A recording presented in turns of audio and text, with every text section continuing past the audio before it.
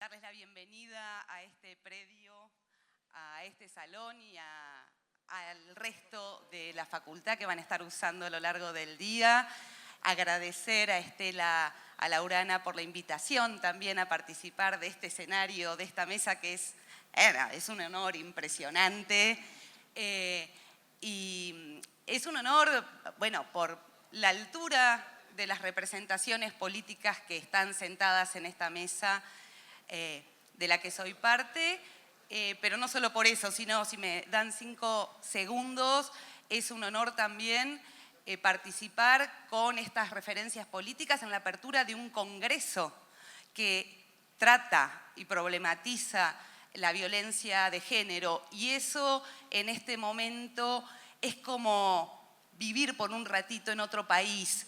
Y esto que digo en tono un poco chistoso, en realidad es algo muy importante y es algo grave. Entonces, digo, compartir con referentes políticos que siguen pensando la política pública desde una perspectiva de derechos y que piensan al Estado como una herramienta fundamental para, no solo para garantizar derechos, sino para promover y ampliar nuevos y más derechos, es realmente un honor impresionante para mí.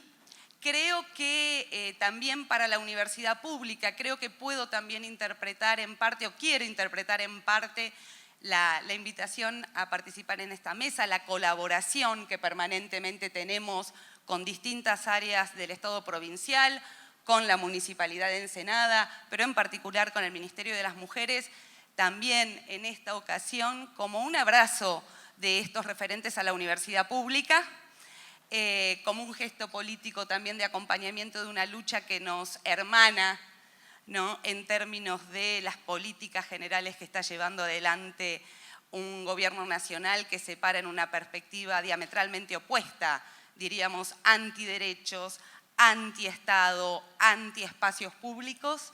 Y entonces, nada, desde ese lugar, casi a contracorriente, casi como un anacronismo en los tiempos que corren, también celebrar estas jornadas que apuntan a lo que creo que también los universitarios que pensamos la universidad en claves de derecho, en claves de soberanía y en claves feministas, a lo que también apostamos, y creo que es a lo que apunta estas jornadas, que es a construir lazos, fortalecer lazos interdisciplinarios, interjurisdiccionales, interinstitucionales, pero sobre todo lazos entre las agencias, las áreas públicas y los territorios, pero fundamentalmente fortalecer los lazos comunitarios, que me parece que hoy son lo más imprescindible y lo único que puede garantizar seguir sosteniendo y mejorando políticas públicas que apunten a la ampliación de derechos y a la revitalización de una concepción de la democracia que no se limite a los procedimientos electorales, sino que realmente piense la democracia de modo sustantivo, como un modo de vida en común y por el bien común, en donde las demandas, las necesidades del bienestar de las mayorías populares estén en el centro. Y creo que a eso apunta esta jornada de reflexión y discusión sobre violencia, salud mental, consumos problemáticos. Así que nada, agradecerles la posibilidad de estar en esta mesa, de decir estas palabras, y espero que pasen una jornada magnífica y productiva de trabajo en este hermoso predio. Muchas gracias, señora decana. Seguidamente escucharemos las palabras del señor Intendente Municipal de Ensenada, Mario Seco. Bueno, buen día a todas y a todos, y buen día al gobernador, que hoy va a vivir una jornada importante en Ensenada, donde vamos a inaugurar 4 obras más. Cada vez que viene el gobernador hacemos múltiples inauguraciones de obras. Buen día a la ministra Estela, que siempre está acompañándonos en toda esta lucha que llevamos adelante en Ensenada con todas las mujeres. Hemos hecho una gran unidad de las mujeres para defender los derechos de las ensenadenses y tenemos una contención bastante grande. Y a los responsables de la facultad, ¿no? Digo, cada vez que vengo acá y veo este salón lleno, me remoto a 20 años atrás y a veces acordarme que esto era un campo de la Marina, que iban a construir el Jumbo y me opuse a que construyeran el Jumbo acá. Después, los legisladores de la provincia de Buenos Aires sacaron una ley para hacer una cárcel. También me opuse en nombre de todos los que fueron secuestrados y torturados en el BIN3. Me acuerdo que en aquel momento me decían que a Seco no había nada que le venga bien y yo decía, nosotros queremos una casa de alto estudio, y ahí fui a buscar a la Universidad Nacional de La Plata para que trajera 2 de sus mejores facultades al territorio de Ensenada y hoy estudien más de 20.000 alumnos. Miren si la política sirve cuando la hacemos en bien del pueblo argentino. Esto es lo que estamos planteando con el gobernador, con sus ministros, con muchísimos intendentes, que estamos haciendo una gran cruzada de qué clase de país queremos. Y por último, para darle las bienvenidas a esta ciudad, decirle a no aflojar. No vamos a perder todo lo que hemos logrado. El crecimiento de las mujeres en la Argentina ha llamado mucho la atención. Es tremendo el avance que hemos hecho. Bueno, vamos por más, compañeras. Vamos por todo lo que falta. Bienvenido a Ensenada. Gracias. Muchas gracias, intendente.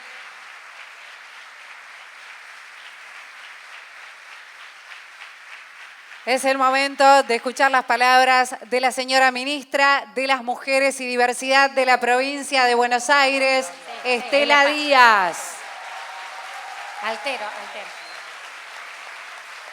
Buenos días. Yo voy a empezar alterando el protocolo y voy a darle, porque pensamos que no nos iba a poder acompañar en la apertura, y así como agradecemos toda la disponibilidad de Ana Julia Ramírez, decana de Humanidades, también la dueña de casa nos está acompañando, así que le vamos a pedir que nos haga un saludo la decana de Psicología, María Cristina Piro.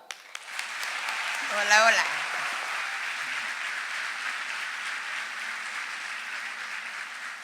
Bueno, gracias, al igual que Ana Julia, gracias, bienvenidos a todos, a todas, al igual que Ana Julia, un gusto estar en esta mesa, por lo que implica, por las referencias que esta mesa trae y que seguramente son las que nos juntan. Darles la bienvenida en este lugar, que es un lugar que, como Mario Seco recién decía, tiene una historia que ha podido reconvertirse en esto que hoy es una de las que aloja a 2 de las mejores universidades, como dijo Mario. Es verdad, somos bárbaros. Humanidades y Psicología somos 2 universidades muy potentes. Así que agradecemos, Mario. Seguramente van a tener una jornada de trabajo con un eje que a mí me parece que es fundamental en este momento: el Estado presente. Un Estado presente que, así como nos está abandonando en otros espacios, se hace presente en políticas públicas, en proyectos puntuales, en temáticas que son en este momento un desafío para nosotros. La violencia, los consumos problemáticos y la salud mental están en una agenda que urge, en una agenda que nos convoca, en una agenda que requiere de nosotros por los desafíos que se plantean en términos de abordajes, porque hay que ponerse creativo y porque solamente con lo colectivo esto puede llegar a tener la orientación que estamos buscando. Así que agradecerles que estén acá, agradecerles que elijan esta casa, agradecerle siempre a Estela que nos prefiere, a Axel que también, porque somos muy amorosos en realidad. Así que van a ser siempre bienvenidos. Gracias por estar acá, buena jornada de trabajo y vamos por más, que hay mucho por hacer. Gracias.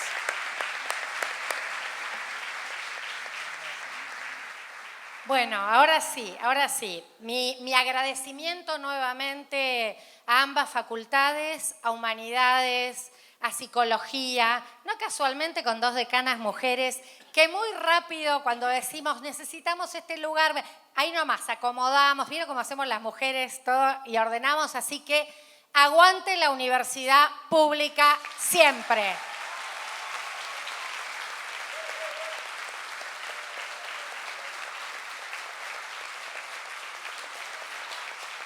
Trabajadores. Y al que no le gusta, se jode. Universidad de los trabajadores. Y al que no le gusta, se jode, se jode. Bueno, por supuesto, siempre cuando se hacen como esta jornada preparatoria de Congreso hay enorme trabajo, así que a todos los equipos del Ministerio que trabajaron para hacerlo posible y especialmente a la Subsecretaría de Violencias, Laurana Malacalza, Adriana Vicente, gracias, todas, todos, el Ministerio entero laburando para que esto salga. También a los organismos que participan y nos acompañan, bueno, a las editoriales, las feriantes, tenemos durante todo el día, bueno, feria editorial y ferias de nuestros productos que van a poder recorrer además de conversatorios, mesas temáticas, paneles de discusión, extensa jornada que vamos a terminar con música, como corresponde también sobre el final. Aclarar, me parece que era importante empezar, ¿por qué estamos hablando hacia el 4º Congreso Estado Presente, políticas de género y en este caso abordaje de las violencias? Porque hemos decidido, y esto bueno lo venimos conversando con el gobernador, con los equipos, que era importante generar un congreso que no solo hable de las violencias por razones de género, sino que plantee el abordaje en el conjunto de las políticas de gobierno de la perspectiva de género y diversidad. Congreso que vamos a hacer en marzo del 2025. Por lo tanto, allí vamos a discutir Estado, género, comunidad, porque no les tenemos miedo, no les tenemos miedo. Por más que nos amenacen, nos amedrenten, no pueden.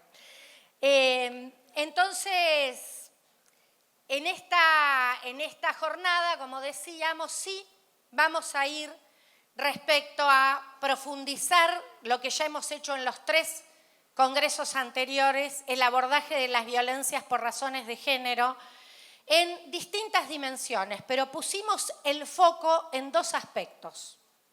Y queremos decir desde la violencia de género por qué pusimos el foco en salud mental y consumos problemáticos. Y agradecer especialmente a Julieta Camels, al Ministerio de Salud, a los equipos que nos van a estar acompañando durante toda la jornada.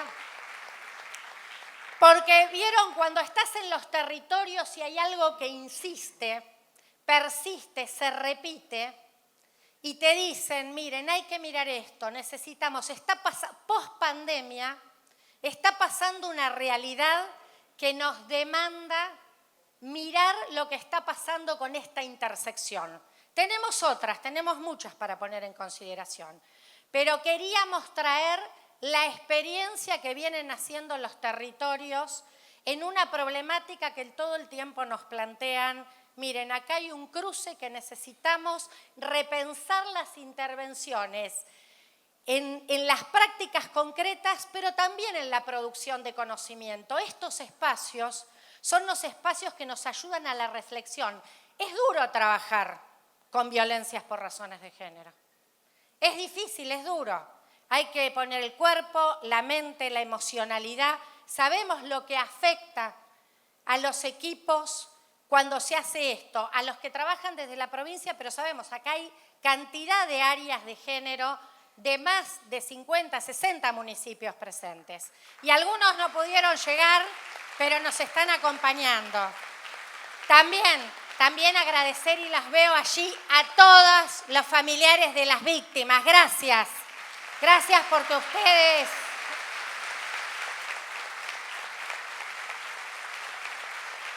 nos interpelan siempre en las prácticas que llevamos adelante. Y entonces les decía que nosotras históricamente ha cambiado, digo, la violencia por razones de género, decimos, es histórica. Tiene política pública, podemos remitirla a 40 años, es casi nada, ¿no? Empezamos a discutir legislaciones, metodologías de intervención, discutimos cómo se nombra y a partir de eso, en general, vivíamos en los primeros tiempos de debatir la violencia por razones de género, que no la llamaban así, solo nos aceptaban que dijéramos doméstica o familiar, que no era contra las mujeres, ni que hablar que había un sistema patriarcal de relaciones de dominación y de formas de ejercicio de poder que hacían a la violencia. Y siempre había una razón que patologizaban. ¿Cuáles eran las respuestas? Algunas de las que vemos ahora reiteradas desde el gobierno nacional. Patologizar, ¿no? Es un tema de enfermedad, con lo cual individualizar. Hay que tratar eso y no lo miramos como una problemática social, porque además es un enfoque individualista de esa patología y no como un fenómeno social, además de una respuesta insuficiente, o porque la violentó, explicarlo desde el tema de la adicción. Porque tomó, porque consumió, porque... Y nosotras nos alejamos y dijimos, no. Vamos al fondo de la razón estructural de las desigualdades de género en la sociedad que hacen a brechas en todos los órdenes y que tienen fenómenos que se expresan en violencia. La extrema es el femicidio, pero tenemos violencia de todo orden a lo que responde. Y entonces fuimos transitando un camino, como el camino cuando decíamos, bueno, lo de los varones y los agresores los dejábamos como fuera del foco, pero la verdad que ya hemos recorrido un camino que tiene programas, políticas, convenciones como la de Belén do Pará, ley como la 26485 que habla del abordaje integral de las violencias por razones de género, el sistema integrado de políticas públicas que desarrollamos como ministerio y una realidad que nos plantea que hoy hay intersecciones que necesitamos traer porque se están expresando de otro modo. Y porque también fenómenos como el fenómeno del consumo se ha colocado en nuestros barrios como un fenómeno que atraviesa, y lo vemos en la realidad de los femicidios, de una manera exponencial. Lo cual requiere que lo miremos, lo pensemos, lo ponderemos y algunas investigaciones y estadísticas que pensamos profundizar y plantear como parte de lo que se desarrolle post-congreso que vamos a estar debatiendo ahora. Pero solo compartirle un dato que nos daban desde el registro único de abordajes de las violencias de género. Casi el 70% de los agresores tenía situaciones de consumo. Casi el 70%. Y en el 30% de las víctimas había situaciones de problemáticas diversas de salud mental y de consumos. Con una realidad que en general la historia del desarrollo de estos temas han estado pensados más y especialmente el consumo desde una perspectiva del consumo de los varones y no claramente el consumo en las mujeres que tiene otras características y que complejiza la intervención, obviamente, porque allí es donde tenés que pensar en la articulación de estas respuestas. Por lo tanto, esto es la cuestión que nos lleva a que haya un foco especial. Vamos a trabajar las estadísticas, las masculinidades, va a haber mesas, conversatorios de todos los temas y agradecemos a las más de 170 ponencias que han hecho para estas jornadas. Muchas gracias. También las vamos a publicar como hemos hecho en las jornadas anteriores. Bueno, decirles que estamos cercanos a terminar el primer año de este segundo periodo de gestión Nos gusta decirle la segunda temporada para el Ministerio de Mujeres y Diversidad de la provincia de Buenos Aires. Y la existencia de este ministerio está muy claro que es resultado y que es el único ministerio de mujeres y diversidad que hay en pie en la Argentina. Es por la voluntad política. Es por la voluntad política. La lucha es imprescindible. La lucha es imprescindible, pero sin voluntad política, convicción, no hay manera de sostener las conquistas. Entonces, estamos en un tiempo, como lo sabemos, que nuestra agenda de derechos es una agenda que es un blanco de ataque permanente en esos discursos de odios que alientan la violencia política como un modo de profundizar en la Argentina un modelo de desigualdad, de dolor, de falta de derechos para las mayorías populares. Y ese discurso tiene en un blanco de ataque los derechos de las mujeres y diversidades. Y esos discursos tienen efectos. Tienen efectos, los vemos banalizando todo. Los vemos en resultados concretos como es la eliminación del organismo nacional y la Argentina por primera vez en su historia no teniendo mecanismos institucionales, en su historia de la democracia para acá, mecanismos institucionales para el abordaje de la violencia. Desfinanciando todas las políticas, pero además teniendo efectos en la retracción respecto a un territorio de avance de los derechos. Lo vimos en una absolución en el jury a los jueces que habían construido impunidad en el juicio, en el caso de Lucía Pérez. Y lo vemos cuando quieren avanzar con penalizaciones para quienes denuncian y acompañan a hijos, a hijas víctimas de abuso, a quienes denuncian violencia de género diciendo que van a penalizar más a quienes denuncian como un modelo de amenaza, de alerta, de decir paren, no se animen porque además vamos a ir por ustedes arrasando todos los derechos. Ese es el contexto al que nos quieren llevar. Pero recién Mario lo decía, no nos van a desalentar, no nos van a desanimar en el camino que venimos construyendo en la provincia de Buenos Aires, porque en esta provincia ganó un proyecto que convocó a las y los bonaerenses, encabezado por Axel Kicillof, que invitó a defender el derecho al futuro, que invitó a defender el Estado presente.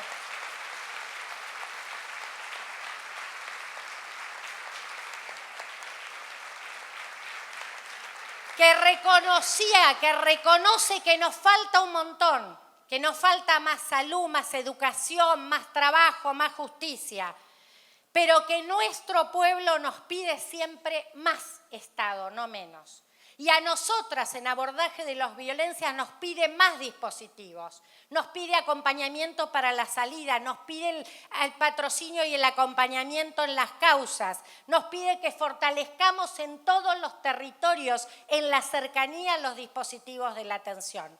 Por lo tanto, nuestro primer tiempo de gestión, los primeros 4 años, Axel, de este ministerio, fue un tiempo, decimos, de construir institucionalidad, de generar acciones, políticas, programas, cambiamos el paradigma de abordaje, redefinimos el sistema integrado de políticas para abordar las violencias que actualmente cuenta con más de 20 programas, acciones, dispositivos que llegan a los 135 municipios de la provincia de Buenos Aires, sin distinción política.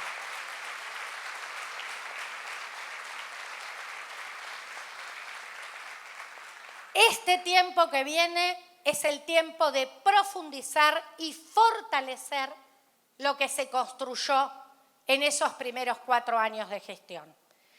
Y lo hacemos con ganas, con convicción, con militancia, con creatividad, como nos dijiste que necesitábamos mucha, porque los recursos iban a estar complicados en el medio de las brutales políticas de ajuste que está llevando adelante el gobierno nacional.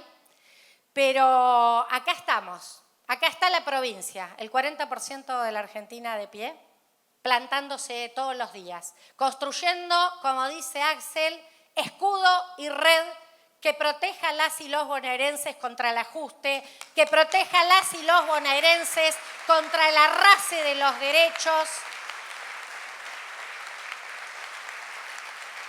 Y yo quisiera, para cerrar, hacer solo un ejercicio momentáneo de ficción y de fantasía. Ahí aprovecho y les agradezco mucho al intendente Fabián Cagliardi y a la intendenta María Celia Giannini, bueno, otras decanas, diputadas, personales del Poder Judicial que también nos están acompañando. Pero quiero que compartamos, imaginemos solo un momento que en la Argentina, que empecemos a vivir desde el 10 de diciembre del 2015, del 2023, en la Argentina, bueno, miren, la verdad que fue un fallido oportuno. Desde el 10 de diciembre del 2023, imaginen que no estemos gobernando la provincia de Buenos Aires. Imaginen que no tengamos tampoco más Ministerio de Mujeres y Diversidad en la provincia de Buenos Aires y que nos gobierna cualquiera de estos personajes de la derecha que se postuló en la provincia de Buenos Aires. Imaginemos esa realidad, porque a veces uno se siente agobiado con lo que nos pasa. Pero ¿saben qué? Pesadilla, nos despertamos, eso no ocurrió porque hubo decisión política, militancia, compromiso, claridad para proponerle a los bonaerenses y a las bonaerenses que había que resistir, que había que defender lo conquistado y que desde acá hay un gobierno que es presente de derechos y es futuro. Gracias, Axel Kicillof. Muchas gracias, señora ministra Estela Díaz.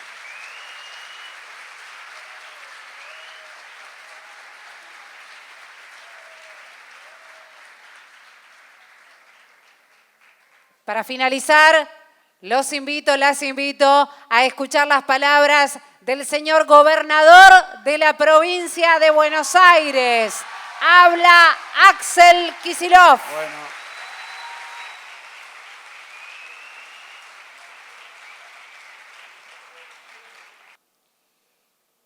Miren, primero quiero agradecerle a la Universidad Nacional de La Plata. La verdad que últimamente estuvimos acá acompañando a lo que fue el comienzo de una lucha histórica para defender la universidad pública. Estuvimos ahí reunidos, así que quiero empezar agradeciéndole también a los compañeros y compañeras del movimiento estudiantil de la Universidad de La Plata y de todas las universidades de Argentina, porque son momentos, bueno, que tienen que ver con una situación tan complicada y tan oscura que se está viviendo, que me parece que vale la pena reunirse, reflexionar y bueno, entonces también agradecerles muchísimo por el espacio. Miren que acá en Provincia de Buenos Aires, comentaba Estela y sabemos, acá en la región capital, donde se ha ganado en los municipios más importantes, en La Plata, en Berisso y Ensenada, por eso también agradecerle a Fabián y agradecerle a Mario. Pero le quiero agradecer a las decanas de las dos facultades que hoy que hoy nos brindan este espacio, porque la verdad es que los espacios de la universidad pública en todo el país y también en la provincia de Buenos Aires se han convertido en territorio de Estado presente y de derechos. Así que estar acá, como vos decías, es cierto, nos permite establecer el vínculo entre la lucha por los derechos de las mujeres y la lucha por el derecho a la educación pública, gratuita y de calidad. Y tiene esa significación hacer la reunión, esta jornada hoy acá. Después, bueno, algunas reflexiones, por supuesto que cada vez que piso ya en lo subjetivo, una universidad, cada vez que me toca hablar en una facultad, me da ganas de explayarme con un poquito más de tiempo, ¿no? Que lo que a veces la tiranía de la comunicación en las redes o la comunicación incluso en la tele, o siquiera lo que nos toca como representantes o como gobernantes cuando te ponen un micrófono adelante, cuando vas a una entrevista, cuando vas a un canal. Bueno, a veces no hay tiempo de reflexionar y de pensar. Así que además de que esta jornada nos permite articular un balance de las políticas que tuvimos y que pusimos en marcha desde el Ministerio de las Mujeres, en conjunto con otros ministerios, porque acá también hay, además de salud mental, que me decía Julieta, que recordara que se abrieron nuevos centros comunitarios de salud mental en Ensenada, en Berisso, en La Plata y en toda la provincia de Buenos Aires. En uno estuvimos juntos, Mario, inaugurando, pero más allá de eso, creo que hay que aprovechar estos espacios de deliberación y de reunión para reflexionar. Decía Estela que me gustó la segunda temporada del Ministerio de las Mujeres, ¿no? Porque fue un ministerio que creamos durante la primera gestión y que tuvimos, creo yo, la decisión no solo oportuna y correcta, sino, creo yo, a esta altura providencial de sostener el Ministerio de las Mujeres cuando lo cerraban en la Nación y en todo el país. Así que estamos ante un ministerio que hoy es referencia en toda la Argentina, así que exige muchísima, pero muchísima deliberación y reflexión para que la acción del ministerio tenga fuerza.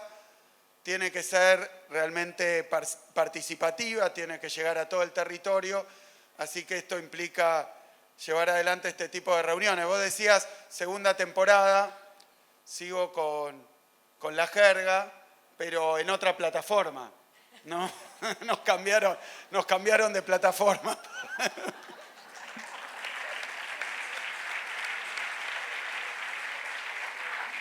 Porque es un contexto absolutamente distinto. Así que quiero hablar primero del contexto al que se refirieron, bueno, Mario, Estela, las decanas, todos se refirieron al contexto.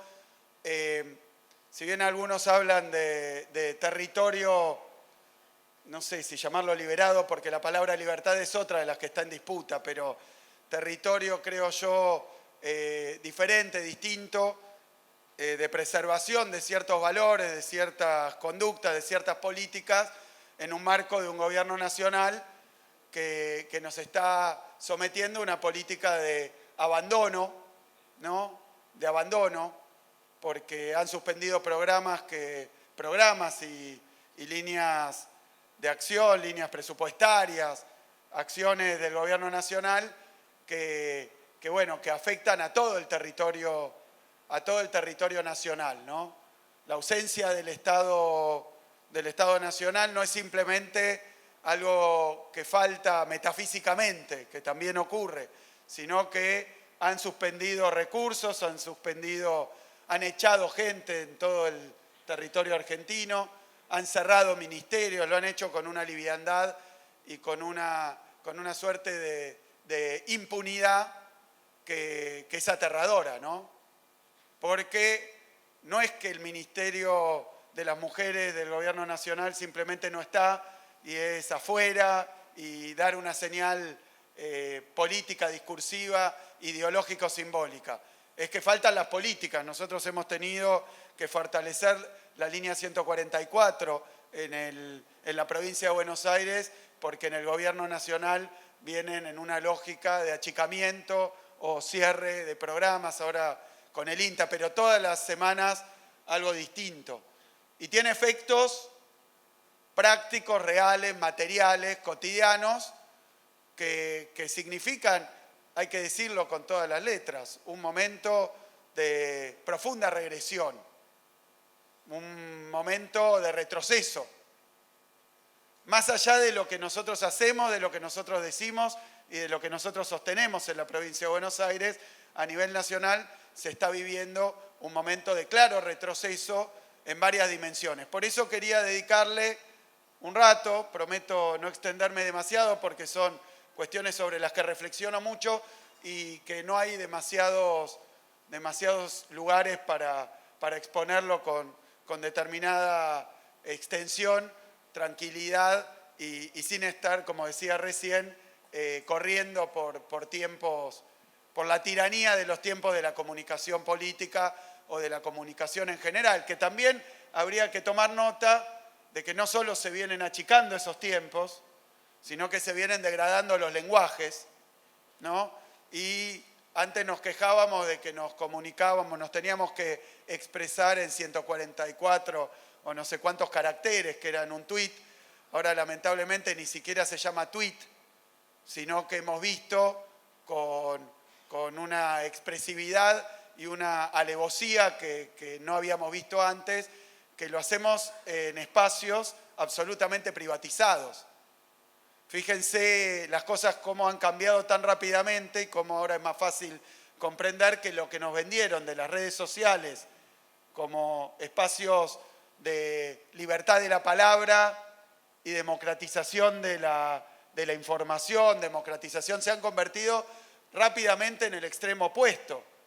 Ni libertad ni democratización, sino secuestro, captura y sometimiento a lógicas de lo privado, algoritmos oscuros, donde la verdad que vos decís una cosa y por potente que sea, la decís en una red cuyo dueño se llama Elon Musk y que surge y compra esa red social para darle palabra a Trump, ¿no? Así que creo que algunos de los espejismos que se habían generado sobre las nuevas formas de comunicación, los nuevos formatos, las nuevas plataformas, las nuevas redes como un lugar de expresividad y de libertad, han quedado claramente expuestas ahora como exactamente lo contrario. Es decir, fue una trampa. Fue una trampa y esto que veíamos, bueno, se va a llevar puesto a los medios de comunicación tradicionales, que eran parte de corporaciones, cosa que es cierto, ¿no? Y que tenían de alguna manera concentrado y monopolizada una parte de lo que se ha llamado, bueno, lo digo sin ningún rigor científico, técnico, la opinión pública, ¿no? Porque en algún momento se pensaba que es la opinión pública lo que aparece en la tapa de los grandes diarios nacionales. Bueno, nos dimos cuenta hace algún tiempo, en la pelea y la discusión de la ley de medios, por ejemplo, que eso no tenía nada que ver con la opinión pública, ¿no? Y empezamos a distinguir, lo digo de nuevo con jerga común, entre la opinión pública, la opinión publicada, lo que decían los medios de comunicación, lo que decían las encuestas, lo que decía una parte y un sector del periodismo. Bueno, todo eso que creíamos que nos generaba determinadas limitaciones, restricciones y dificultades para exponer puntos de vista diferentes, y para exponer puntos de vista diferentes no me refiero a una cuestión de variedad y diversidad por la diversidad misma o por el pluralismo mismo, porque siempre lo que sufre la censura, lo que sufre el apartamiento, lo que sufre la persecución, lo que sufre acaso hasta la proscripción, como estamos viendo que intentan hacer de nuevo con Cristina, bueno, siempre proviene del mismo lugar. Lo que hacen estos dispositivos es limitar la capacidad de expresión, la capacidad de difusión, pero además la capacidad de discusión y la capacidad incluso de confrontación del campo popular, de los sectores que tienen que ver con las tradiciones del movimiento obrero, que tienen que ver con las luchas de nuestros pueblos. Así que si antes nos rasgábamos la vestidura o nos espantábamos porque tal vez Clarín había generado una monopolización de la palabra, ahora vemos que en la lucha y en la discusión con eso caímos en las redes sociales que maneja la ultraderecha internacional. Entonces estamos en dificultades y estamos en problemas. Simplemente digo todo esto para celebrar, Estela, la necesidad, la oportunidad y la urgencia de este tipo de espacios de deliberación y de discusión. Y para decir lo mismo que digo siempre, la red social más poderosa que hay es la de la militancia política.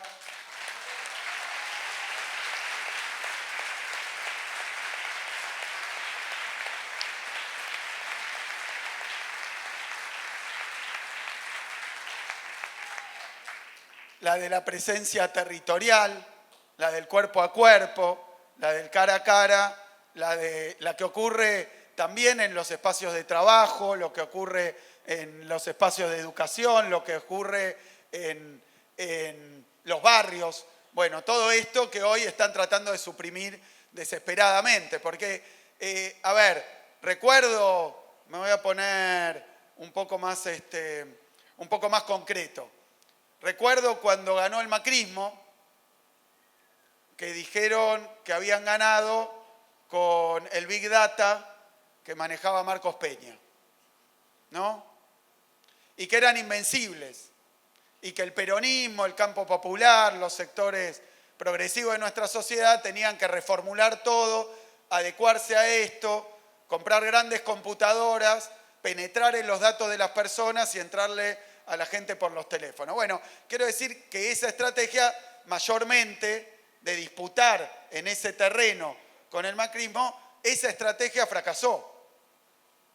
Y menos mal, porque la clave no era comprarse grandes computadoras, robarse los datos personales, saber quiénes creían que lo más importante en la vida eran las mascotas, entonces que aparecieran nuestros candidatos abrazaditos a un perro o un gatito, o que les gustaba el tenis y entonces llegarle a ese grupo de esta manera, o que su interés era tal cosa y llegarle por ahí, sino que la clave para combatir, para disputar, para discutir con los sectores de la derecha en aquel momento era lo que efectivamente hubo que hacer y que terminó determinando un triunfo en lo electoral, que era militar, recorrer, estar presentes.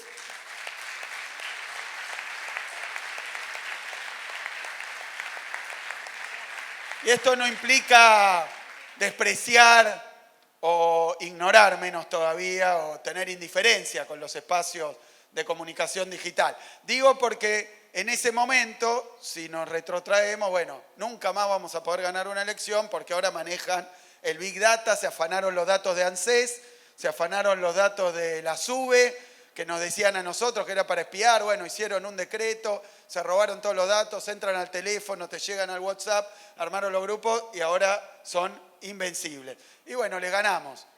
Entonces ahora que los vemos predicar por las redes sociales, predicar por X o por Twitter, hacerlo a través de sus trolls, de sus influencers, y de nuevo estamos pensando, bueno, ¿qué tenemos que tener nosotros?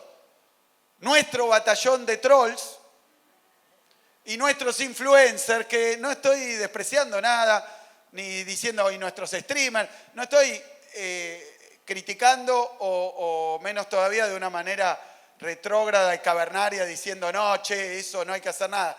Lo único que digo es que no creo que ahí esté la clave, porque a veces hay una, como decía recién, tiranía de los formatos, que si uno sin ponerse a hablar de viejas escuelas de la comunicación, de esto de si el medio es el mensaje o si te limita, bueno, no quiero hablar de nada de eso, simplemente hay cuestiones que no se pueden decir, que no se pueden explicar, o por una pantallita, lógicamente no te las cree nadie. Lo cual nos lleva de nuevo a que los que se sienten abrumados porque Milei nos va a ganar siempre a través de las redes sociales, mi respuesta no es, entonces armemos una buena cuenta de Twitter, seamos tan agresivos y violentos como ellos para llamar la atención, amoldémonos a esos formatos espantosos, horribles, agresivos, empobrecedores, sino que yo creo que la clave está en el polo opuesto. Recorramos los barrios, recorramos las fábricas, recorramos...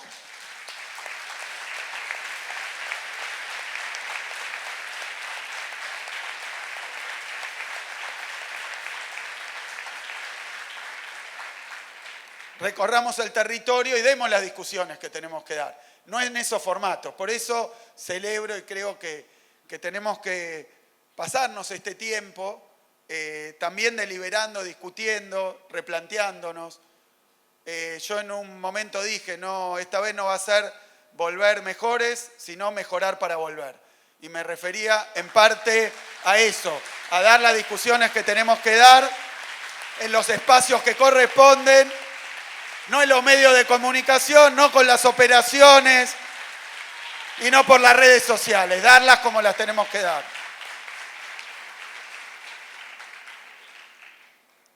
Entonces, por supuesto, hablé de la 144, hablé de los nuevos centros comunitarios de salud mental, puedo hablar también de llevar salud mental a las escuelas, puedo hablar también de lo que estamos haciendo en todo el territorio provincial, desde el Ministerio de las Mujeres, en conjunto, miren, acá tenemos representantes del Ministerio de Seguridad también, estamos logrando romper lo peor que le puede pasar a un Estado, que es convertirse en compartimientos estancos que no dialogan entre sí y no coordinan las políticas. Uno puede tener muy buenas políticas de un ministerio, eso puede funcionar muy bien. El gran desafío es hacer políticas que abarquen a todos los ministerios de un gobierno y que ese gobierno dé respuesta desde todos los wines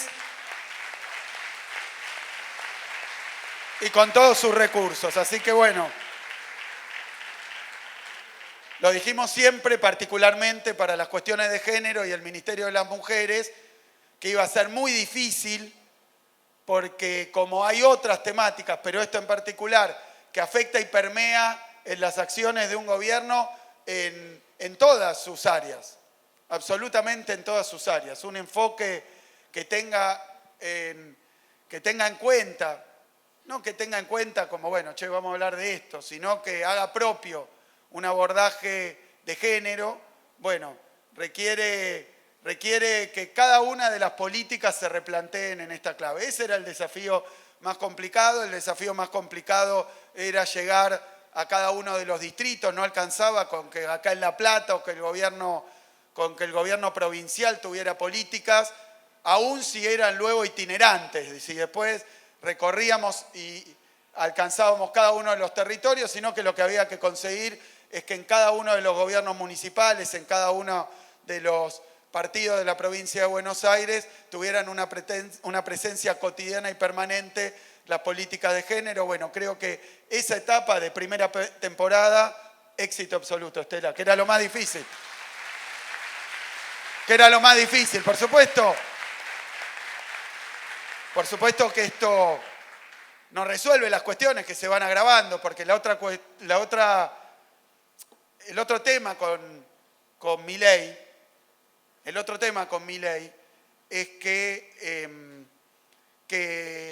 lo que va generando y lo que va haciendo, las consecuencias que van teniendo sus políticas, y van complicando cada vez más la gestión en todas las áreas. Es decir, esto de escudo y red no era un chiste, pero sí tener en cuenta que entre el abandono y deserción del Estado Nacional y los efectos y consecuencias de las políticas del Estado Nacional, aún sostener lo que tenemos se vuelve cada vez más problemático. Y lo quiero decir porque, por ejemplo, en materia de salud, desfinancian al gobierno provincial, cierran todos los programas nacionales, ahora están intentando transferir, por decir algo, transferir es una palabra demasiado elegante, tirarnos por la cabeza, ¿no? Como han hecho con el Bonaparte, pero como quieren hacer con todos los hospitales nacionales que están en el territorio de las provincias, por supuesto, mayormente en territorio de la provincia de Buenos Aires, y tirártelo por la cabeza bajo la amenaza de cierre o privatización. Miren qué perverso. Si no te haces cargo, lo cierro. Y eso viene, por supuesto, sin recursos. Entonces, no es solo sostener en las condiciones que teníamos, esto es lo de cambio de plataforma, ¿no? Ahora, en una situación, en un contexto mucho más complicado, porque el agravamiento de la crisis económica, productiva, de empleo, salarial, que se está viendo en la provincia de Buenos Aires, principal víctima también, no solo cuantitativa, sino cualitativa de las políticas de Milei.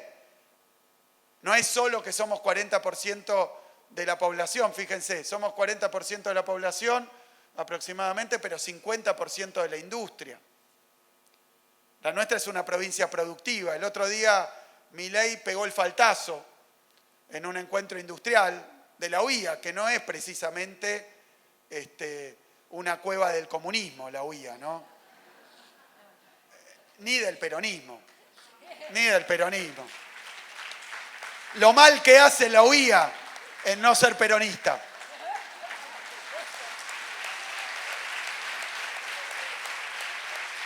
En defensa propia, sería peronismo en defensa propia.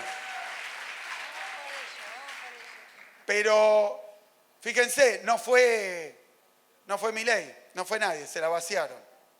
Un encuentro de industriales.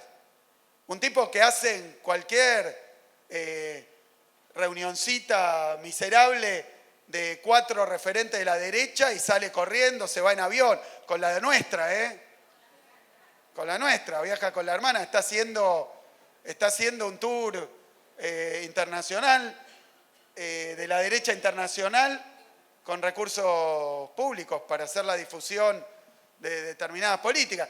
Y lo tienen de referente mundial, de esas payasadas.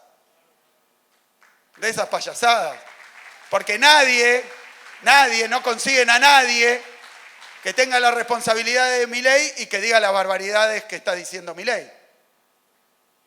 Y que diga las barbaridades absolutas que está diciendo Milei. Entonces les está sirviendo hasta para eso. Miren, acá tenemos un presidente que dice estas barbaridades, que no se anima a decir ni Trump, ¿no? Que no se animan a decir referentes que tienen responsabilidades, bueno, tal vez de otra magnitud o tal vez de otras características que las que tiene Milei, y Milei va y lo dice. O sea que yo lo que quiero decir que ni en ese cuadro internacional, ni acá en la República Argentina, el que toma las decisiones es Milei, que les quede claro, es el que representa determinados intereses.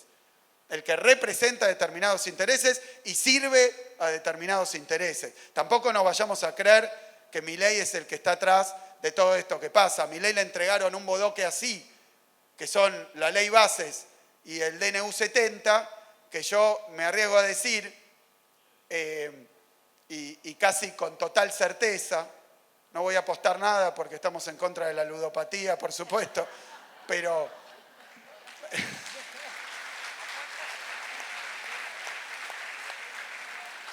bueno, domésticamente diría 10-1 que Milei ni sabe que lo que tiene adentro la ley base, no tiene ni la más pálida idea de lo que significa, de cuáles son sus efectos. Entonces, si llegamos a esa conclusión, que su plan de gobierno en cuanto a reformas estructurales no lo hizo él, que no lo hizo él ya lo sabemos, porque todos vimos el videíto de Sturzenegger, también elenco permanente de la derecha argentina en estos planes de ajuste y en estos saqueos, ¿no? Que ha pasado por todas las experiencias recientes de destrucción del tejido productivo, de los derechos. Bueno, estaba con ese pilón de hojas que después fue el DNU 70 y la ley bases, debidamente separado entre lo que pensaban hacer por decreto y lo que iban a llevar al Parlamento a discutir. Pero mostraba, ¿no? Y decía, esto es para Patricia. Ya tengo listo el plan de gobierno de Patricia, cuando Sturzenegger ni siquiera sé si formaba parte del plan. Tengamos en cuenta estas cosas, porque si no llegamos a falsas representaciones de qué es lo que con quién estamos discutiendo.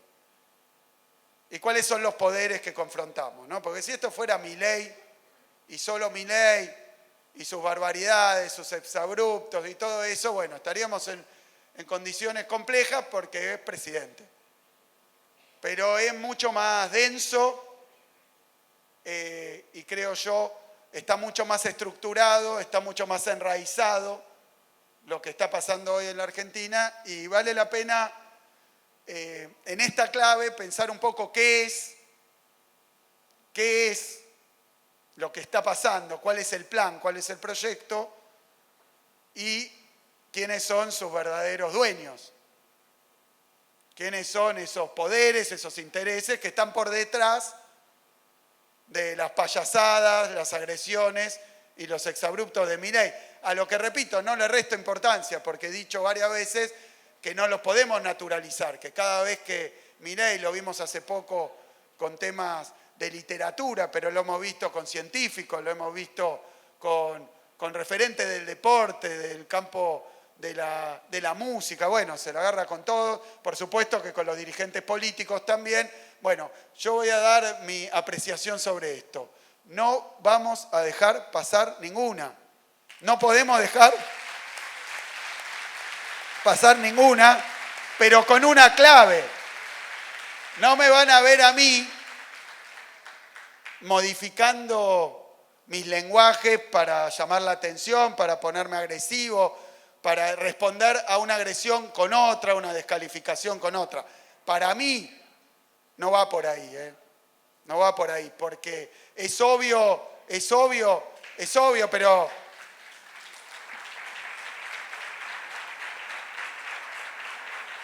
es obvio que gritan y descalifican porque no tienen explicaciones y argumentos y no tienen razón. Entonces, si nosotros respondemos a eso insultando, descalificando y entendiendo que ahora ese es el formato exitoso, corremos el riesgo de quedar prisioneros de un formato que habla también de lo que está atrás, de cuál es el contenido. Hay contenidos que no se pueden decir de esa manera, que no son acordes a ese formato. Y menos mal. Y menos mal. Pero bueno, entonces vamos a tener que darnos el tiempo y generar los instrumentos y generar los espacios para poder dar esas discusiones con las mayorías, con el conjunto, con el grueso de nuestra sociedad, pero en estos otros tonos y con esta otra agenda. Vos dijiste la palabra agenda, me parece fundamental. Esa otra agenda. El desafío es sostener otra agenda, que no solo sea reactiva y contraria a cada uno de los desastres. Este es un gobierno, a ver si a un año vista no nos dimos cuenta, es un gobierno que se propulsado a escándalos. ¿No? Su medio de locomoción son los escándalos. Entonces, a un escándalo de hoy, que nos pone a todos los pelos de punta, le sigue el escándalo de mañana. Y entonces, ¿qué está pasando? Obviamente que son funcionales y expresión de un proyecto mucho más profundo, mucho más serio, mucho más complejo, pero son también, al mismo tiempo, son funcionales, acaso sean parte, pero creo que no es el núcleo, y terminan siendo maniobras distractivas. Entonces tenemos ese dilema, no dejarle pasar ninguna, pero tampoco enganchar nuestra agenda a esa agenda donde todas las semanas estamos discutiendo con la última barbaridad que dijo Milei.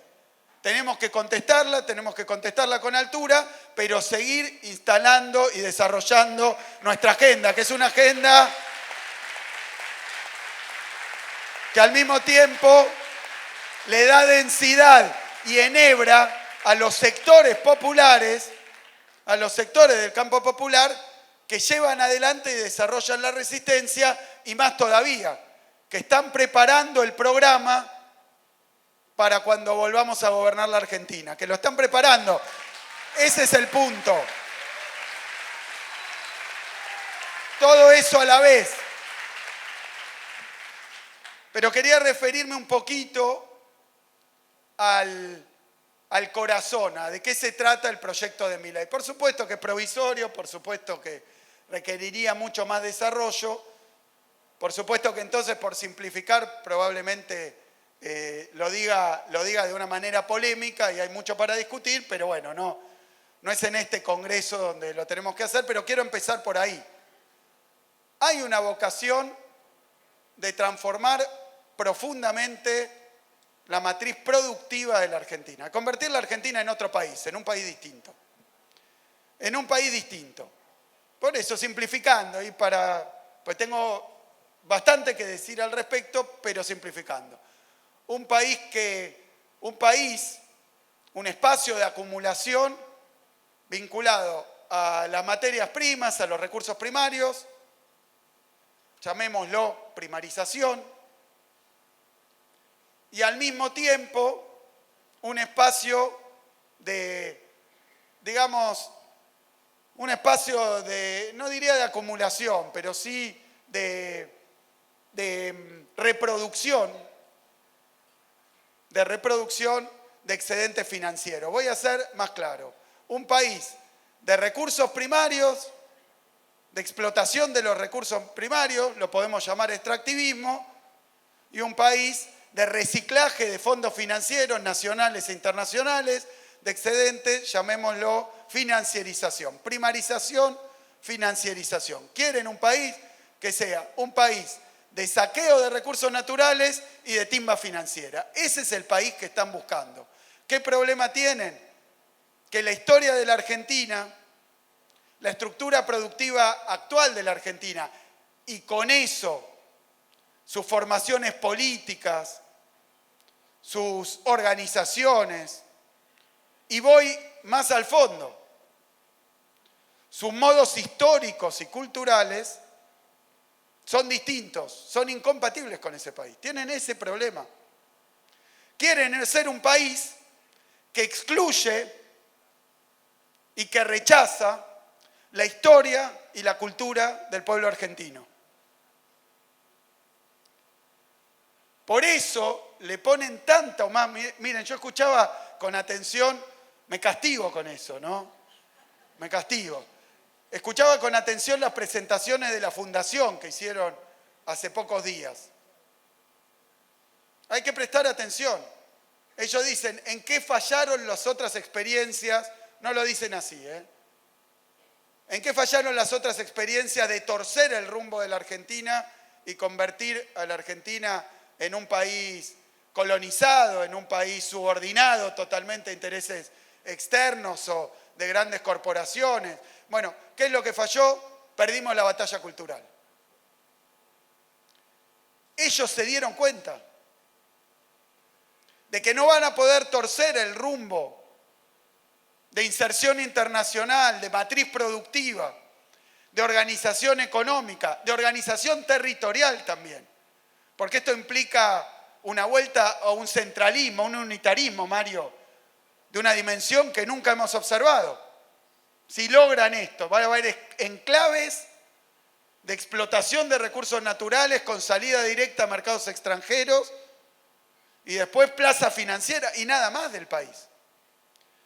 Yo recuerdo que Martínez de Hoz, ministro de Videla de la dictadura, cuando planteaba esto, abordó la batalla cultural también, ¿eh? Esta propaganda que es bastante famosa de una silla argentina y una silla importada, propaganda de la tele abierta, donde se sentaba alguien en la silla argentina y se rompía y decían, ¿por qué? Si esta es mejor, más barata, más linda, ¿por qué vamos a hacer esta si tenemos esta otra? Estaban disputando a qué nos íbamos a dedicar los argentinos y argentinas. Y peor todavía, ¿a qué iban a dedicar ellos o querían dedicar ellos nuestro patrimonio? Nuestros recursos naturales, el producto de nuestro subsuelo, incluso las instalaciones industriales, productivas que teníamos. ¿Para qué eso estaban discutiendo? E intentaron, y Martínez de Hoz lo decía con mucha crudeza, decía, este país, por supuesto que aparece siempre como una discusión sobre la fisonomía, sobre la anatomía del Estado. Aparece como si estuvieran discutiendo el Estado, pero no están discutiendo el Estado. o principalmente no están discutiendo el Estado, están discutiendo el país. Y están discutiendo qué quieren para nosotros, para el pueblo, para la sociedad. Eso es lo que realmente están discutiendo. Y lo trafican como si fuera una cuestión de un Estado grande, un Estado chico, que gasta mucho, que gasta poco, pero no es esa la discusión de fondo. Por eso vamos a ese corazón. Quieren un país distinto al que tenemos. Y se han dado cuenta, han descubierto, porque yo decía, Martínez de Oz, con la crudeza que lo caracterizaba y que se podía permitir, porque no había democracia, porque había una verdadera matanza, un genocidio de los que estaban en contra de esto, podía decir, bueno, ese país, que es el país, la Argentina que necesitamos, que queremos, la que nunca se debiera haber abandonado, que era también el agroexportador, el modelo de extracción de materias primas para llevarlas a elaborar.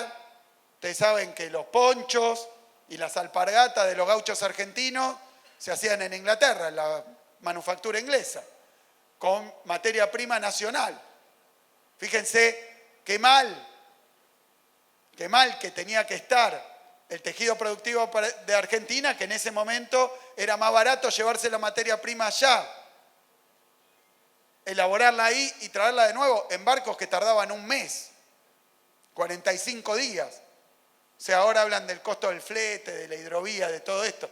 Bueno, imagínense, evidentemente no es porque era más barato, es porque tenían una política imperial y colonialista que impedía que se erradicara acá la producción de materias primas. Por eso le jode Juan Manuel de Rosas. Es por eso.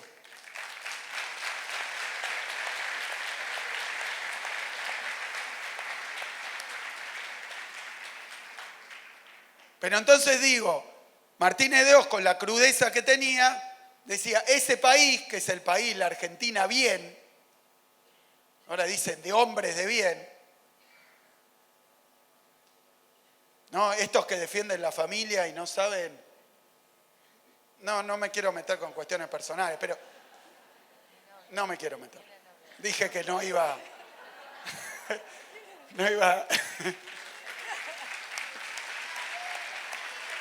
no está fácil, porque es pero tan bizarro todo que no está fácil. No está fácil. Pero él decía, ¿qué dificultad hay? Martínez de Oz, para llevar adelante ese proyecto de torcer el destino, el rumbo, la historia y la cultura argentina, lo que habíamos edificado, lo que se había construido. ¿Qué pasaba? ¿Cuál era la dificultad que había? Decía él, sobran 10 millones de argentinos. Sobran 10 millones de argentinos. Y eran 25 millones. Y eran 25 millones en ese momento, ¿no? Y sobraban 10. Era una Argentina para 15 millones. Fíjense que de Martínez de Oz a esta parte, la población argentina se duplicó.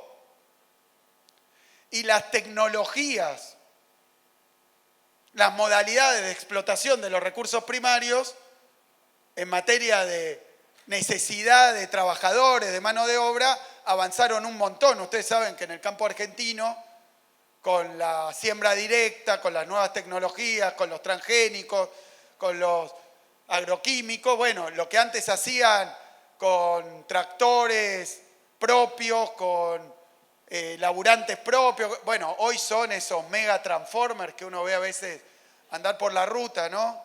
María Celia, que requieren un operario y todo lo demás, y cada vez más tiende a estar robotizado. Están planteando ya cero humanos para la explotación agropecuaria. Bueno, esto está pasando en todas las ramas, o sea que si Martínez de Oz pensaba que el país era para 15 millones, yo creo que con los avances tecnológicos, Martínez de Oz hoy haría las cuentas de nuevo y diría, bueno, con la mitad nos arreglamos. Y el problemita que tenemos es que nosotros somos 50 millones, no 25 millones. Yo creo que si al Toto Caputo le dan la suficiente intimidad y le hacen la pregunta, estarían sobrando, sí, 30, 40. Ese es el problema. Pero se han dado cuenta de que para alcanzarlo de manera definitiva,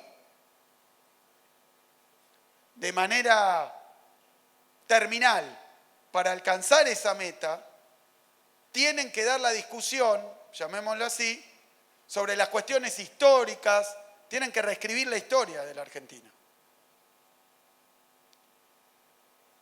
Tienen que, además, disputar cuestiones culturales, iba a decir, pero casi de sensibilidad de nuestro pueblo. Porque si no, no lo pueden imponer.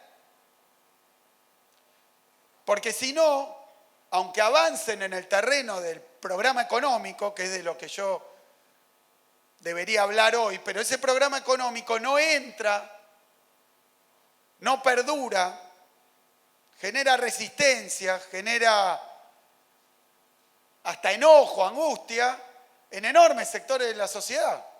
Imagínense, se implica llevarse puesta la vida, las costumbres, las aspiraciones de millones y millones de argentinos, sin ponerle un número. Ese país que quieren ellos. Cuando hablan de que el paraíso perdido de la Argentina fue 1880 o 1890, lo que están diciendo es, queremos ese país primario, colonial, subordinado, que es un país sin producción, sin industria y sí, claro, casi sin Estado, sin universidad pública, con feminicidios y sin derechos. Es todo eso junto.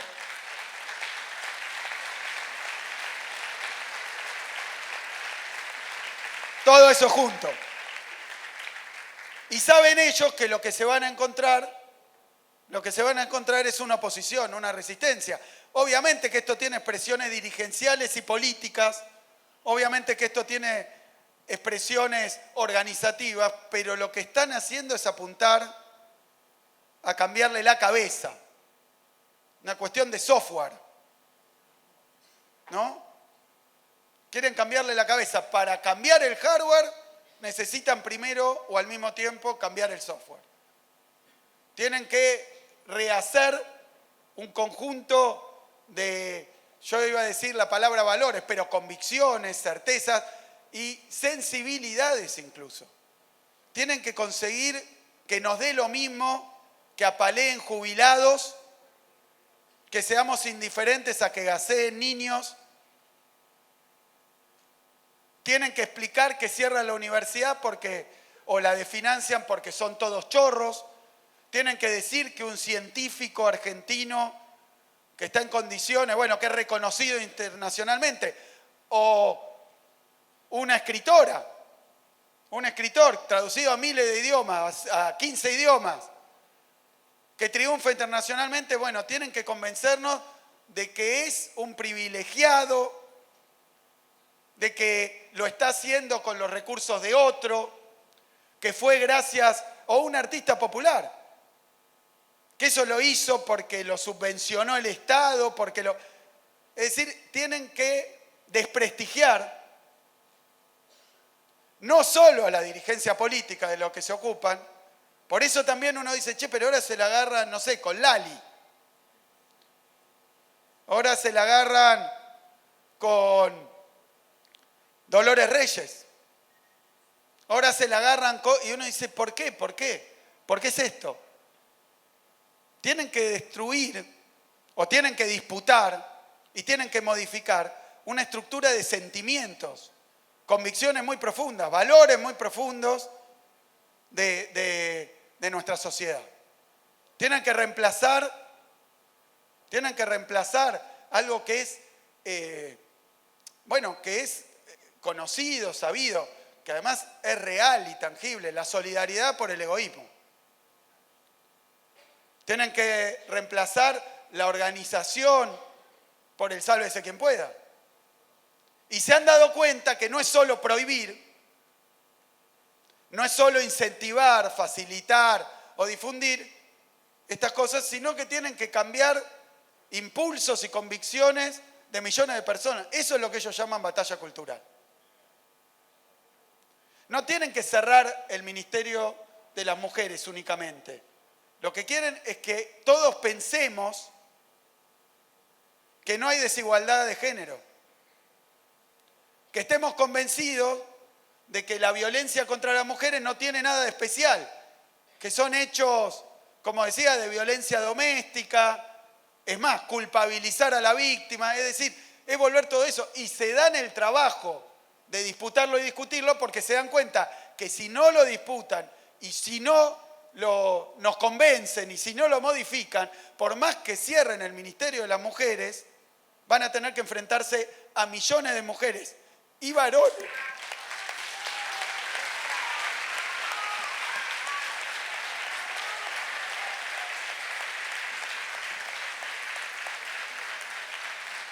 Entonces, me quería referir a la conexión, bueno, uno diría el lenguaje clásico, estructura, superestructura, o como quieran llamarlo, pero para decirlo más sencillo, ellos quieren hacer un cambio radical y profundo en qué es la Argentina, en de qué vive, en con quién se relaciona y cómo se inserta como país, como espacio de producción, de acumulación, de generación. Y no me estoy refiriendo solamente a bienes y servicios ni a materias primas, me estoy refiriendo a todo lo que hacemos los argentinos y argentinas, que tiene una identidad y una representación y determinado peso a una escala regional e internacional. Por eso es importante, hasta en relaciones exteriores, con esta clave uno entiende, ¿con quién nos quieren hermanar? Hace poquito firmé un hermanamiento con la Ciudad de México, que tiene una alcaldesa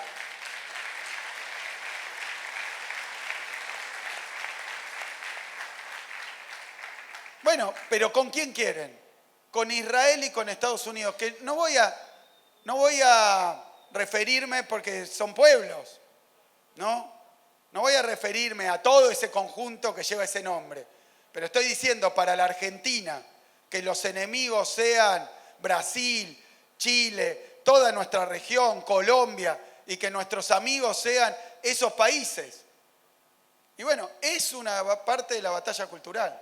Que nuestros aliados que yo lo voy a decir porque me tocó ser ministro de Economía de la Argentina en la época de Cristina, aliados que nos responden en general con absoluta indiferencia. Si saben que la capital de Argentina no es Río de Janeiro. Entonces fíjense, y lo estoy diciendo en términos así simplificados, no hay ningún problema, lo que nosotros sostenemos es que está todo bien. Hay que generar vínculos y relaciones internacionales con las más importantes potencias, con países lejanos, pero bueno, eso no es a costa y en vez de generar vínculos con nuestra región, con América, con América Latina, con nuestros vecinos y con países del sur global, que hay una afinidad de trayectoria, de problemáticas, de necesidades obvia y evidente. O sea que me parece que todo el tiempo están instalando esta batalla cultural como procedimiento de la batalla cultural, como falsos dilemas. Che, ustedes se van a aliar con unos tipos pobres que viven al lado de ustedes o se van a aliar con las potencias más poderosas. Yo doy la respuesta. Si tenemos que tener relaciones, vínculos, intercambios, no es con uno o con otro, es con los dos, pero primero con lo que está cerca.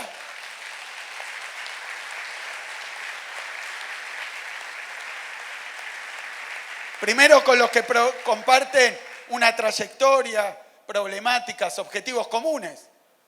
Con los que claramente, si no tenemos una política de unidad latinoamericana, bueno, no vamos a lograr nada, es clarísimo eso. Nada. Entonces, hay una cuestión de un cambio en la matriz productiva amplia, no estoy hablando de cosas, estoy hablando de todo lo que producimos acá. Producimos libros, producimos ciencia, producimos literatura, producimos arte, producimos películas, todo eso que producimos. Quieren otro país que reniega de todo ese proceso histórico. Por eso yo decía, Martínez de Oz también quería volver al agroexportador. y todo como un falso dilema. ¿Qué querés? ¿Estado? Bueno, ¿cuál es la discusión? ¿Todo Estado o todo mercado? ¿Todo Estado o todo mercado? Todo el mundo entiende en la actualidad, menos Milei, que el peronismo no es una discusión de todo Estado o todo mercado. El peronismo es empresarios, trabajadores y Estado.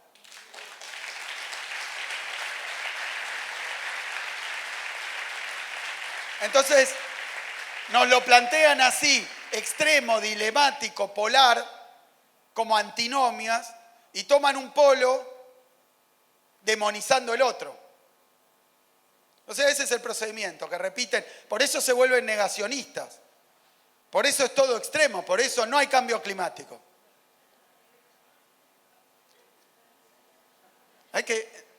Ya no hay que ser ciego. Hay que no tener cuerpo para no darse cuenta de lo que está pasando con el cambio. Hay que carecer de todos los sentidos de lo que está provisto el organismo para no ver lo que está ocurriendo. Pero entonces, el corazón, digamos, el objetivo es ese, pero el procedimiento o el instrumento es también y al mismo tiempo, y lo dicen así, vamos a dar la batalla cultural, vamos a convencerlo de que se maten pobres contra pobres. Vamos a convencerlo de que no le tiendan una mano a nadie. Vamos a convencerlo de que sean insensibles e indiferentes ante el hambre, ante la pobreza, y que los culpen a los que son víctimas. Obviamente también en materia de género. Entonces, estamos en esa situación. Es un negacionismo que yo decía, además que se ensaña con determinadas banderas históricas, que son una expresión a veces sintética en tanto contiene el resultado de diferentes luchas y diferentes necesidades, por eso se agarran con la bandera de los derechos humanos, con, obviamente, lo que fue y lo que representaron a escala internacional. A mí no me para de pasar que cuando me junto con gente, con cualquiera del extranjero, reconoce algunas cosas de la Argentina, entre esas que reconoce está la lucha de las mujeres.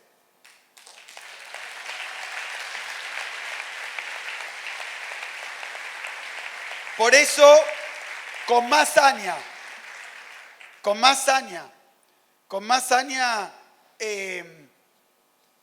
también contra las universidades públicas.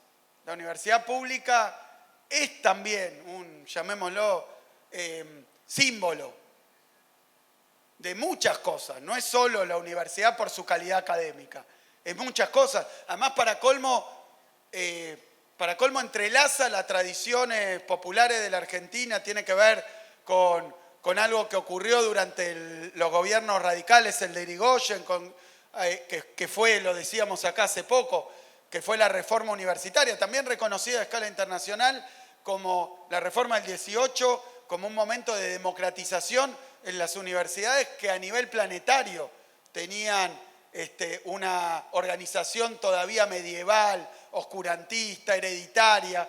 O sea, la libertad de cátedra, la extensión universitaria, la autonomía, el cogobierno son como el dulce de leche, producto de la Argentina, ¿eh? Producto de la Argentina. Que se reprodujo y se levantó a escala internacional como una lucha de apertura universitaria a los sectores medios. Obviamente está lo que se hizo en el 18, está lo que se hizo en el 49, porque si a esa universidad le cambiamos la forma de enseñar, pero dejamos la barrera, que eran los aranceles, para que no entren los hijos de obreros, era una universidad también elitista y también excluyente. Y fue Perón.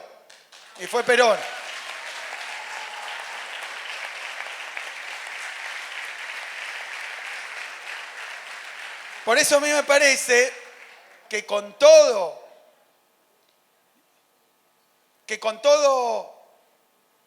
lo que está en disputa y en discusión, y bueno, básicamente hay que ser lo más vivos, inteligentes posibles, hábiles posibles para discriminar y dividir y separar lo accesorio de lo central, para sostener nuestras agendas, que tienen que ser cada vez más agendas de discusión, de elaboración, de preparación. No nos puede pasar que no sepamos qué hacer.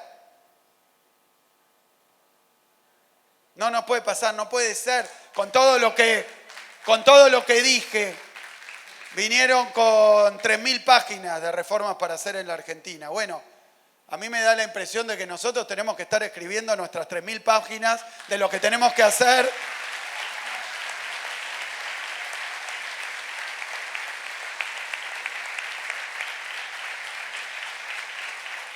Y bueno, eso implica, y con esto voy a terminar. Sí, tengo que terminar, disculpen, pero tenemos inauguraciones, récord. Bueno, tengo que terminar, pero no quiero dejar de decir algo que me parece que es central a lo que se refería Mario, ¿no? Que a veces estos bombardeos, por eso recuperaba la experiencia de cuando nos iban a ganar para siempre con el Big Data y entonces eran 20 años de neoliberalismo y bueno, pasó lo que pasó. Pero también pasó que cuando gobernamos nosotros, bueno, tenemos que tener en claro para qué y cómo. Entonces, en ese sentido, creo que el objetivo es dar la batalla cultural. Nos quieren desafiar, quieren discutir si hay o no cambio climático, quieren discutir si en Argentina es importante o no la memoria, la verdad y la justicia. Ellos lo dicen gritando e insultando. Bueno, recorramos la Argentina, recorramos la provincia, dando estas discusiones, dando estas discusiones. No tengo duda de que nuestro pueblo está convencido y está más cercano, para no decir que coincidimos, pero está más cercano a nuestro punto de vista. Miren cuando aparecen en las encuestas, ellos dicen hay que privatizar esto y esto. Van y hacen una encuesta y le da que el 80% dice que Aerolíneas tiene que ser argentina, del gobierno argentino. El 80% dice que no vamos a solucionar nada privatizando YPF, los medios públicos. No vamos a solucionar nada. Ahora pongámosle contenido, pongámosle argumentos, renovemos esto, discutámoslo, sistematicémoslo. No tengo duda que nosotros vemos y decimos, ¿cómo tienen las redes? Bueno, que sean porque son un fenómeno virtual y un fenómeno de redes. En los territorios, en las calles, en la militancia ganamos nosotros. Vamos a dar esa disputa. Que quede claro que son un fenómeno de Twitter.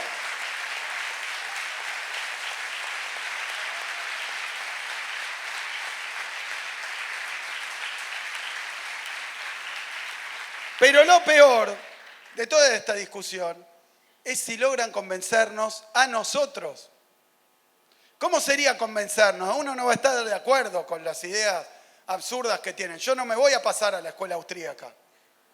No. Lo digo, sí, porque la escuela austríaca, Milei dice que es el principal exponente. Yo le digo que tiene razón, porque es el único. No hay otro. Yo no encuentro más austríaco que el señor Milei. No hay. Es el más importante, también el menos. Pero quiero decir, ¿cuál sería el triunfo? Que nosotros, que no nos van a convencer, hagan algo peor, que es que bajemos los brazos, que nos desalentemos, que nos desanimemos, que todo esto nos abrume, que nos resignemos, que nos creamos, como fue al comienzo del gobierno de Macri, que eran invencibles ellos, porque tienen no sé qué mecanismos, qué cosas. No es así. No es así. Se vuelven invencibles si bajamos los brazos. Se vuelven invencibles si nadie le da la batalla. Claro que son invencibles si no damos la pelea, si no lo disputamos, si no lo discutimos. Mirá si nos vamos a asustar con el brazo armado del gordo Dan.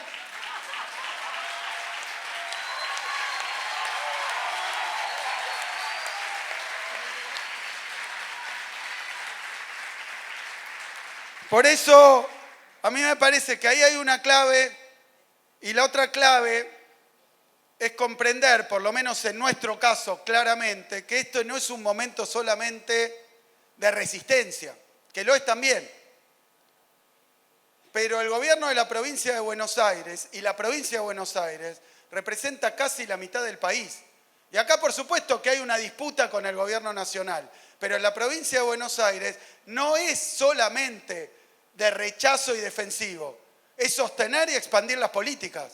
Es gobernar para la gente en la provincia de Buenos Aires, aún con todas las dificultades que hay. Ampliar los programas, ampliar los derechos, inaugurar escuelas, sostener la literatura, sostener el arte, sostener el cine nacional, sostener las universidades, sostener la ciencia. Es de resistencia, sí, pero también es de gobierno para el pueblo. Así que yo les quiero agradecer.